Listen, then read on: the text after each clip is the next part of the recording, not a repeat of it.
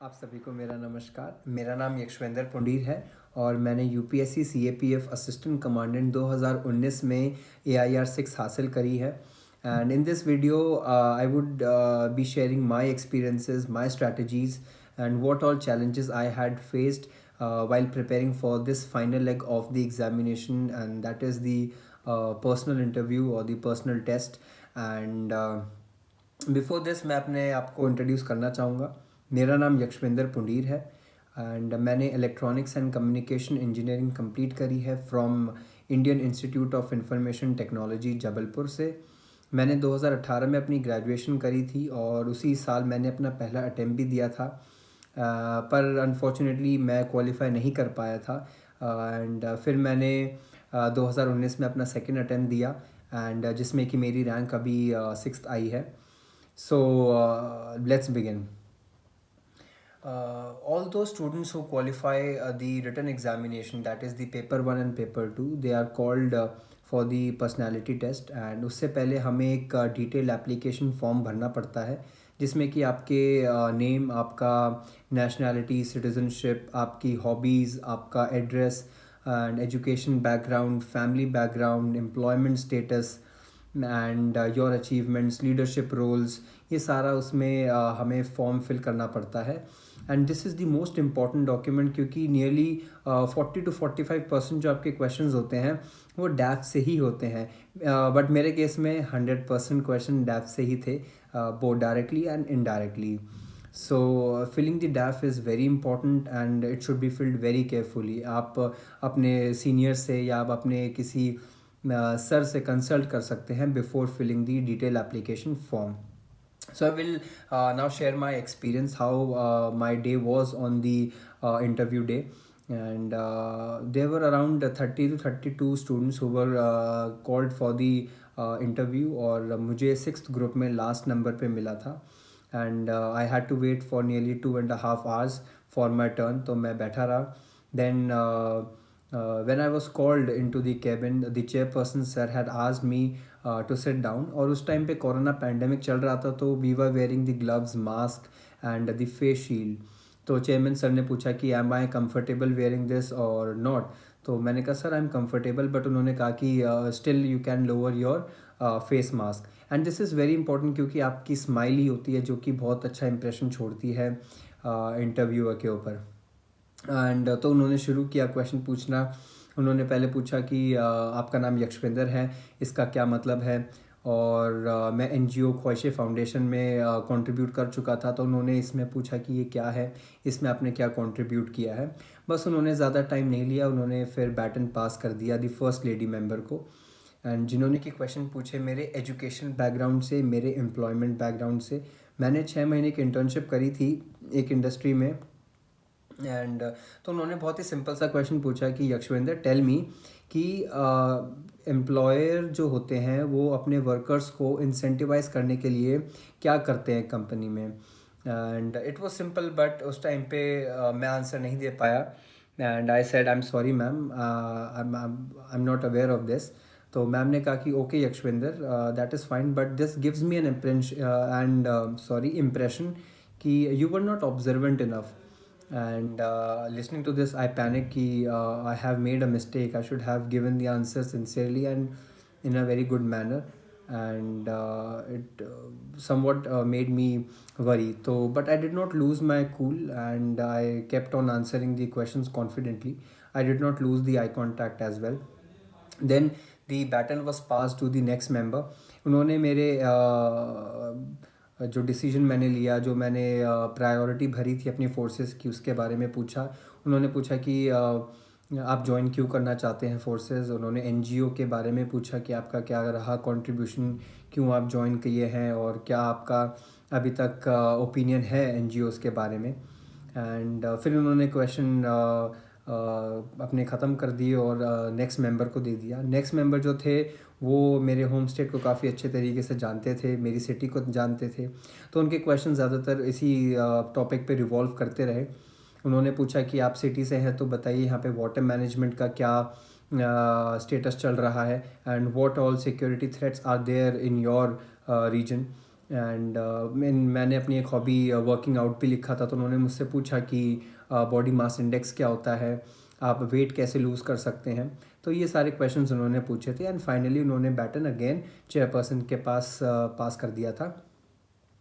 Chairperson sir ने politely कहा कि Yakshvendra, your interview is over and thank you. मैंने हर एक मेंबर को इंडिविजुअली थैंक यू बोला and I left the room. अब फ्रैंकली स्पीकिंग मेरा जो खुद का एक्सपीरियंस था, वो मुझे लगा कि मेरा इतना अच्छा इंटरव्यू नहीं हुआ, क्योंकि मेरे स्ट्रॉन्ग पॉइंट्स थे जैसे कि क्रिकेट, जैसे कि गार्डनिंग, इससे क्वेश्चन ज़्यादा पूछे नहीं गए थे, जनरल नॉलेज से क्वेश्चन नहीं पूछे गए थे। एंड एक दो क्वेश्चन में मैं अटका था, जिसमें कि मैंने उनसे पार्डन मांगा था, उनसे टाइम मांगा था to think, and I think it was completely fine. ऐसे आप टाइम ले सकते हैं, आप मना कर सकते हैं अगर आपको नहीं पता। एंड ओवरऑल मेरा इंटरव्यू 21 से 23 मिनट चला था एंड काफ़ी अच्छा एक्सपीरियंस था। And now I will be giving my strategy कि मैंने क्या स्ट्रैटेजी फॉलो करी थी अपने इंटरव्यू के टाइम पे। तो मेरा जो रिटन एग्ज़ाम था वो सितंबर के महीने में था 2019 में, और दिसंबर में हमें फ़िज़िकल टेस्ट के लिए बुलाया गया था। फ़िज़िकल टेस्ट के कंप्लीट होने के बाद यूजुअली 3 से 4 महीने में इंटरव्यूज़ हो जाते हैं, बट कोरोना पैंडेमिक के टाइम की वजह से जो इंटरव्यूज़ थे वो आगे बढ़ा दिए गए थे। एंड आगे बढ़ाने की वजह से हमें और टाइम, एक्स्ट्रा टाइम मिल गया था, and I utilized this time very well. So soon after the interviews or the physical test got over, I started preparing for the interview. मैं डेली आधे घंटे से 1 घंटा अपने इंटरव्यू को देता था। तो मैंने स्ट्रैटेजी बनानी शुरू की। पहले मैंने अपने इंटरव्यू को 4 भाग में बांटा। The first was the detailed application form, the most important, क्योंकि questions majority of chunk is asked from this section. And second was the internal security and the international issues. The third was the general awareness, and the fourth was the introduction, my strengths and weaknesses, and the officer like qualities. तो ये 4 parts में divide किया था। डैफ में, क्योंकि मैंने बताया कि मेंशन हमारा नाम होता है, उसमें आपकी एजुकेशन होती है, आपकी हॉबीज़ होती हैं, आपके इंटरेस्ट होते हैं, आपकी अचीवमेंट्स होती हैं, तो उनके अबाउट आपको क्वेश्चंस पता होने चाहिए। मैंने माइन्यूट से माइन्यूट इन्फॉर्मेशन, जैसे कि आपके फर्स्ट पेज डैफ पे ही आपका एसटीडी के बारे में लिखा होता है, तो मैंने एसटीडी के बारे में देखा, मैंने पिन कोड के बारे में सर्च किया। टॉप पे ही यूपीएससी लिखा होता है, तो यूपीएससी डीएएफ, तो यूपीएससी के बारे में हिस्ट्री आपको पता होनी चाहिए, कहाँ पर है एंड क्यों उसको ढोलपुर हाउस बोला जाता है। तो basic information you should know about it. And then most important, again the most important is home state, क्योंकि होम स्टेट में आपसे पूछा जाएगा कि आपके वहाँ पे इंटरनल सिक्योरिटी थ्रेट्स क्या हैं, वहाँ की पॉपुलेशन क्या है, वहाँ की क्या स्पेशलिटी है, क्या वहाँ का रिलीजियस सिग्निफिकेंस है। एंड जैसे कि मेरी हरियाणा है, तो I prepared about the reservations.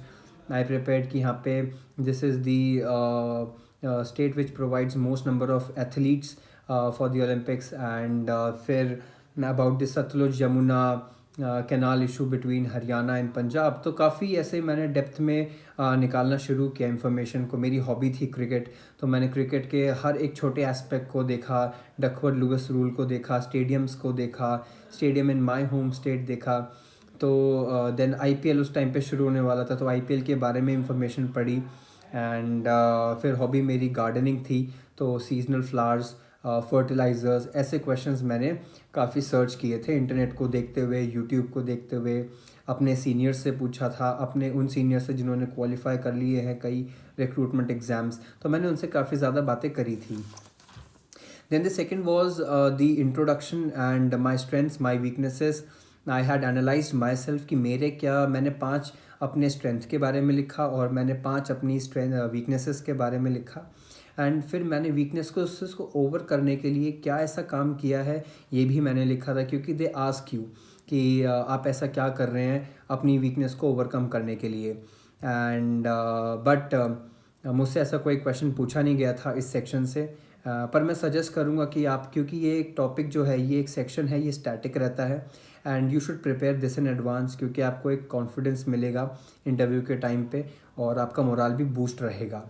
Then since it is CAPF assistant commandant, आप एक इंटरनल सिक्योरिटी सर्विसेज में जा रहे हैं तो आपको सारा चैलेंजेस सारा पता होना चाहिए आपको, इंसर्जेंट्स के बारे में, मिलिटेंट्स के बारे में, नक्सलाइट्स के बारे में सब कुछ पता होना चाहिए। अभी न्यूली ऑर्गेनाइज्ड क्राइम्स जो हैं, साइबर थ्रेट्स हैं हमारे, इन सब इश्यूज़ के बारे में बहुत जानना ज़रूरी है। और आई वुड ऑल्सो रिकमेंड, क्योंकि मैंने खुद हैंड रिटन नोट्स बनाए थे हर एक टॉपिक के, तो I will also request you to follow this book that is challenges to internal security of India by IPS Ashok Kumar. तो इन्होंने काफ़ी अच्छा इसमें समझाया है। एंड क्योंकि बहुत इंपॉर्टेंट है, मुझसे भी क्वेश्चन कई सारे पूछे गए थे कि इंटरनल सिक्योरिटीज़ थ्रेट क्या हैं हमारे देश में। And the last is the general awareness, क्योंकि उस टाइम कोरोना पैंडेमिक था, उससे पहले US के इलेक्शंस हुए थे, IPL चल रहा था। मेरा जो इंटरव्यू था वो दिवाली के जस्ट 3 दिन बाद था, तो पोल्यूशन का प्रॉब्लम था। एंड तो इन कंटेम्प्रेरीज इशू पे मैंने काफ़ी ज़्यादा काम किया था। नियरली 1 हफ़्ता पहले मैंने अखबार पढ़ना शुरू किया, मतलब बहुत अच्छे तरीके से इन डेप्थ मैंने पॉइंट्स लिए जो कि मैं कोट कर सकता था अपने इंटरव्यू में। And on the day of the interview also मैंने एक ग्लांस लिया था, उस दिन के कोरोना केसेस देखे थे कितने थे, एंड हाइलाइट्स देखी थी क्या क्या थी, इंपॉर्टेंट हाइलाइट्स, हेडलाइंस।